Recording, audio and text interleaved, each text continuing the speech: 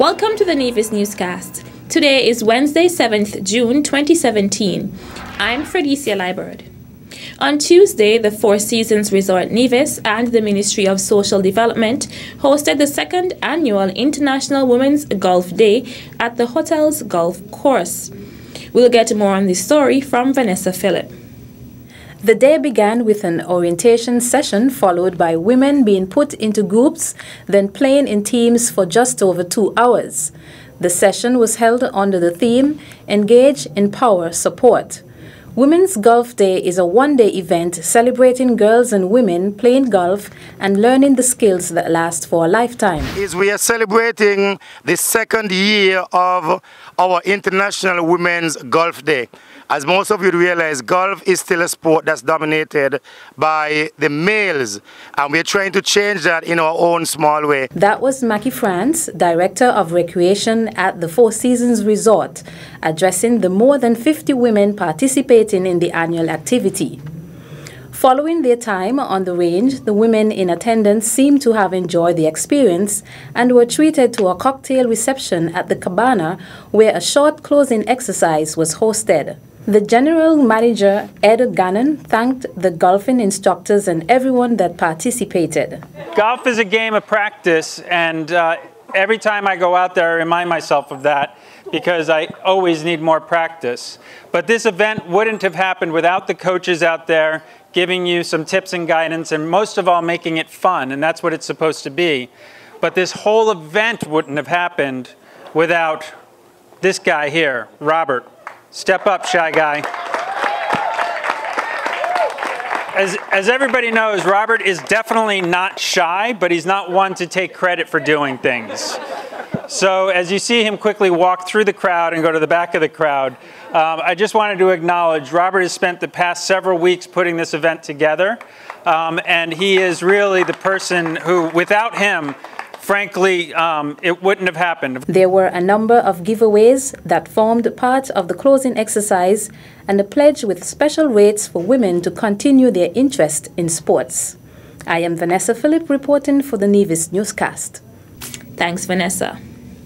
The Ministry of Communication and Works have been undertaking 3 major road projects over the last few weeks. The Honorable Troy Liburd is expressing thanks to the residents in the respective areas for their patience, especially as they are being inconvenienced. During the last edition of Government at Work, Minister Liburd gave an update about Shaw's Road. Minister Liburd noted their strategy has been to do the work in 2 phases and noted that they are working closely with the Nevis Water Department.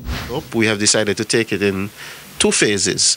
The lower section of the road from the last house at the top of Shaw's Road in Newcastle down to the road, that is the phase 1. That is what is being worked on now in terms of actual pavement, and then as soon as that is completed they will work their way up to Shaw's Road, to Fountain. The pipes though, because whenever you're doing road, we have to cover all of the bases. It doesn't make any sense for us to go and do the road and then leave out the utilities and have to come back and deal with them at another time, have to tee up the same road. So the pipes have been put in. Pipes have been put in from the bottom of Shaw's Road all the way up to Fountain already. So that part has been done already. We put in 6-inch mains and 4-inch mains. So that system will now be connected at the top in Fountain, and it is also connected in Newcastle. So we would be able to move water along that Shaw's Road area from 2 different areas. It's always good to have a redundancy. The other roads currently under construction are at the top of Rollins Village and the road network in the Bracious area, both of which are more than 60% completed. The Brown Hill Road is next on the schedule, and Minister Liburd gave that update as well. We're going to see work commence in Brown Hill, shortly. I think sometime within this month, June, we are going to see the start of some work.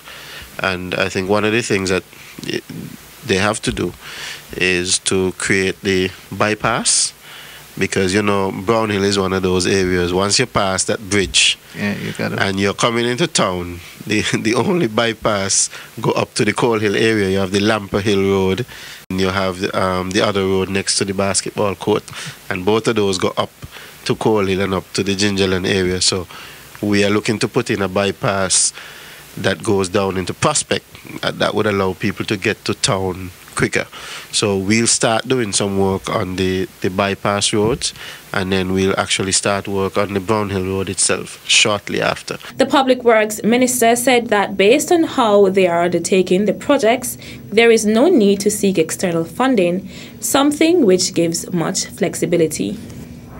For Every Child, Early Moments Matter is the theme under which Child Month 2017 is being celebrated. There are various activities centered around this year's theme, including a Literacy and Fathers Awareness Day. One of the members of the planning committee is Deslyn Wilkinson. It's not just the ability to read and write and spell, but it goes beyond that in terms of the way you speak, the way how you communicate effectively with others. And so what we are doing is that we are implementing, as Mrs. Smitten said, you know, the literacy program in the schools, where you have different schools on different days. In the month of June, would have a day where they would have a program with literacy. Wilkinson then outlined what Literacy Week will entail. It can be father and child, it can be parents donating used items they no longer need, and it could be games, storybooks. It can be even an involvement in the classroom, have a parent, especially fathers, because it's June, to come in and do a story, you know, try to do an activity with the children and see how they respond and interact with them, just apart from their own individual child.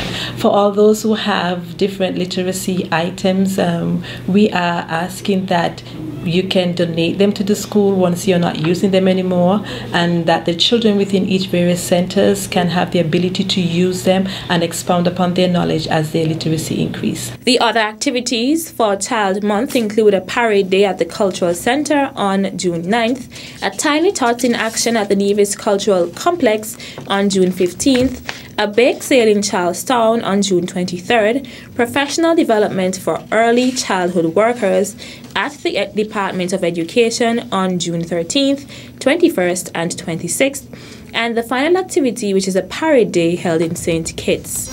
Still to come, feedback from the hospitality workshop has been positive, says Education Officer Taylor. The details when we return. As a responsible taxpayer, you help to finance free healthcare at all health centers on Nevis. Thank you for putting country above self. This message was brought to you by the Inland Revenue Department, Nevis. Be a responsible citizen.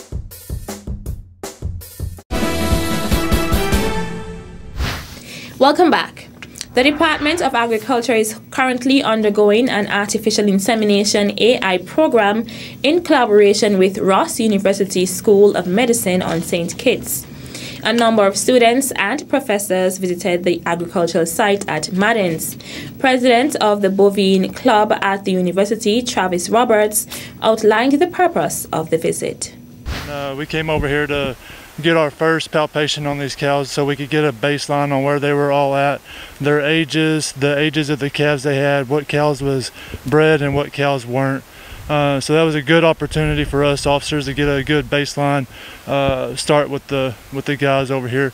And then we started coming back afterwards, bringing new members that had been previously on palpation trips that had a little bit more experience in doing this, and allowing them to have more of an opportunity to get more practice palpation, and also still getting to check these cows every 6 months. That way we knew what they were doing and how far along they were getting. Livestock Extension Officer Rohan Claxton stated the department recently purchased 2 bulls from the university on St. Kitts. We purchased 2 bulls, and we're going to introduce 2 new breeds to the island to meet our meat market demand.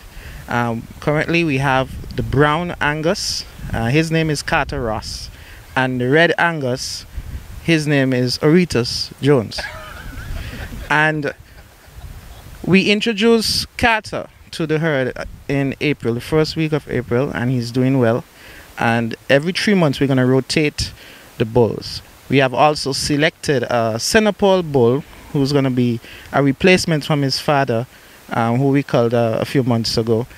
So we're looking forward to starting using our bulls, and hopefully in the future that Ross University would include us in their AI program. Claxton said that he welcomed the initiative as they have been a tremendous help to the department. It helped us to do our herd projection.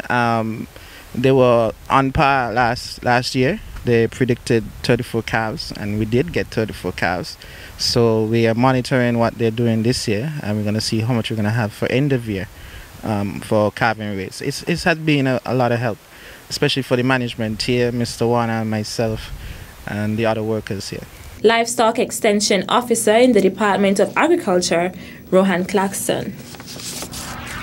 The Adult and Continuing Education Unit at the Department of Higher Education is hosting a 6-month workshop at the Charlestown Primary School.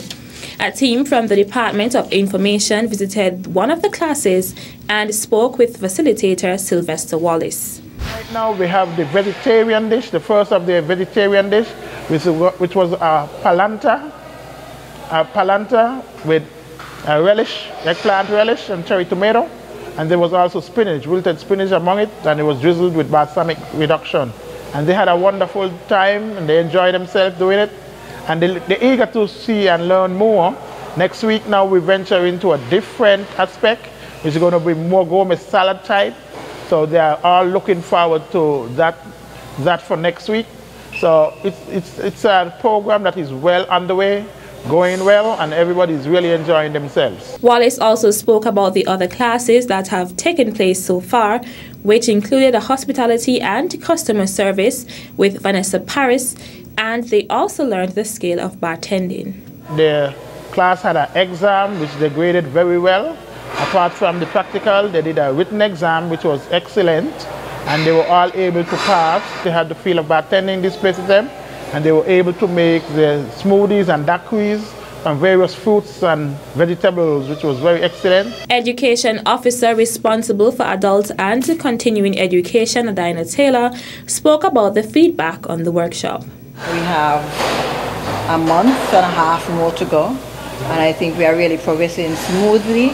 We are looking forward to getting the program certified, so we are working on getting some assessors here to assess the program so that they can be properly certified at the end of this workshop. It has really been tough but fun, and they're learning quite a lot, and the participants are really excited about it, and they're eager, and they really show.